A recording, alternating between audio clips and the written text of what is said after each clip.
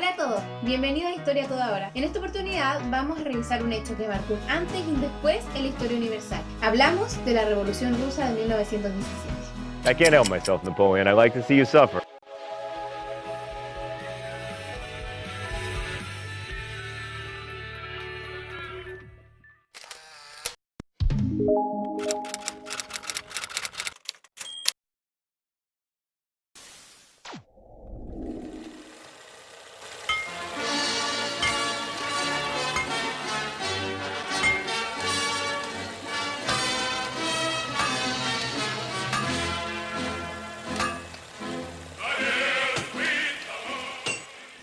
A mediados del siglo XIX, un filósofo alemán muy barbudo observó las duras condiciones de vida de los obreros en las fábricas y escribió varios libros denunciando el sistema capitalista. Él apostaba por un nuevo modelo social sin clases, al cual llamaría comunismo. Su nombre era Karl Marx y predijo que los trabajadores se tendrían que revolucionar para conseguir mejoras. Avanzamos hasta el siglo XX. Época de los grandes imperios. Esto de aquí es el Imperio Ruso. Rusia en esta época era un país atrasado y principalmente agrario. Estaba gobernado por los zares, que eran los emperadores de Rusia, y concretamente por el zar Nicolás II de la Casa de los Románov, la cual lleva gobernando en Rusia unos 300 años. En 1904, varias tensiones en este provocaron un estallido de una guerra entre Rusia y Japón. Tras un año de guerra, Japón sorprendería al mundo derrotando a Rusia y provocándoles una gran humillación. Además, Rusia se encontraba en una crisis económica a causa de la guerra, así que la población rusa comenzó a manifestarse para cambiarlo. El 9 de enero de 1905 se convocó una manifestación masiva delante del Palacio de Invierno de San Petersburgo para hacer llegar al zar sus demandas. Pero el zar mandó al ejército a disolver la manifestación a toda costa, abriendo fuego contra los manifestantes y matando a más de 1000 personas esa misma tarde. Esa masacre se conocería como el Domingo Sangriento.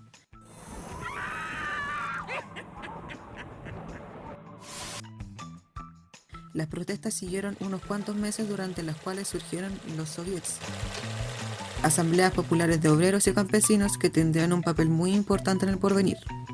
El zar acabó con las protestas e hizo algunas promesas, recogidas en el Manifiesto Imperial, emitido en octubre de 1905, en el que se recogía la creación de un parlamento popular, también conocido como Duma, pero el zar siguió gobernando sin importarle lo más mínimo a la Duma.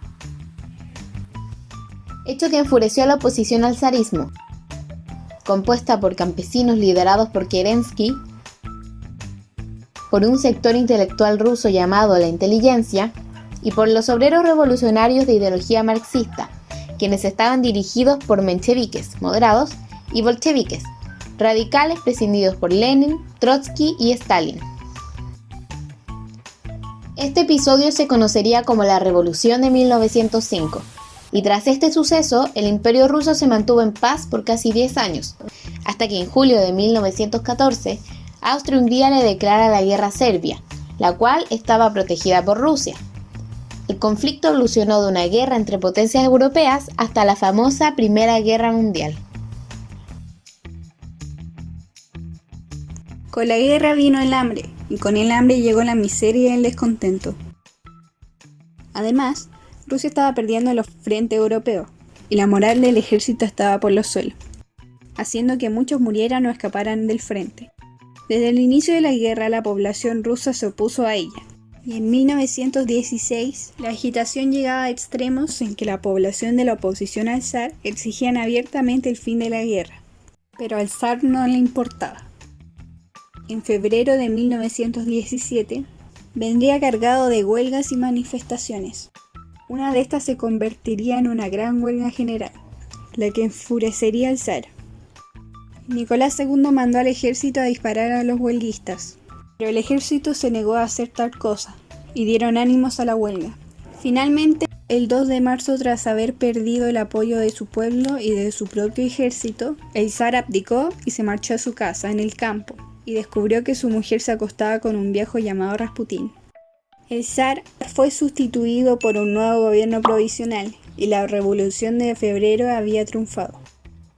El gobierno provisional de Kerensky cumpliría con ciertas peticiones del pueblo, pero decidió no firmar la paz con Alemania y por ende seguir en guerra.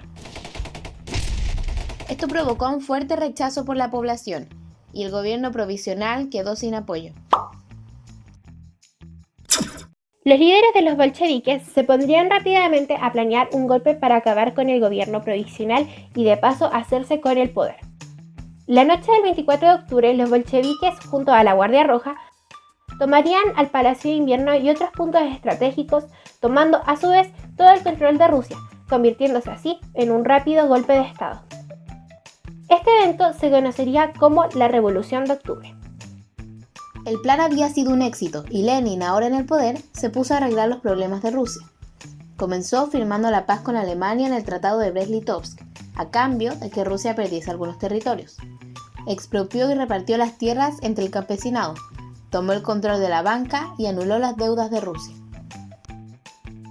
A inicios de 1918, la revolución había triunfado, pero en grandes territorios los partidarios del zar, la iglesia y el gobierno provisional intentaron terminar con la revolución por la fuerza, partiendo Rusia en dos en una guerra civil. Por otro lado, estaban los bolcheviques con Trotsky al mando, formando el bando rojo. Una nueva guerra había estallado en Rusia.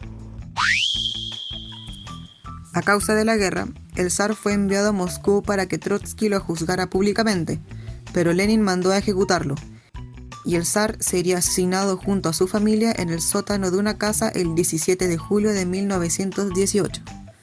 Mientras tanto, para abastecer a las ciudades durante la guerra, se implementó una nueva medida económica, el comunismo de guerra, en el que el Estado tomaba el control de toda la economía con el fin de ganar la guerra. Durante esta etapa, se establecieron las bases de un nuevo Estado, y Lenin proclamó la dictadura del proletariado. El Partido Comunista se convertiría en el único partido permitido, y se reprimieron con violencia las huelgas por el malestar del comunismo de guerra.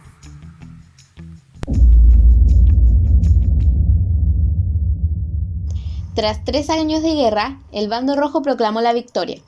La revolución había sobrevivido, pero a coste de grandes pérdidas humanas y materiales.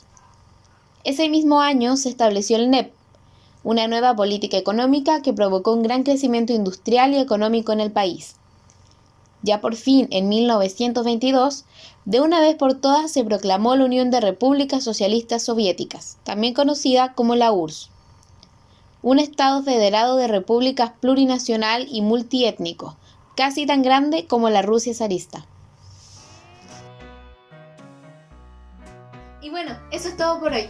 Esperamos que les haya gustado nuestro video y hayan aprendido un poco más sobre la Revolución Rusa. Si es así, cuéntenos qué aprendieron abajo en la cajita de comentarios. Esto es todo por hoy. Nos vemos en otro capítulo de Historia a toda hora. Muchas gracias.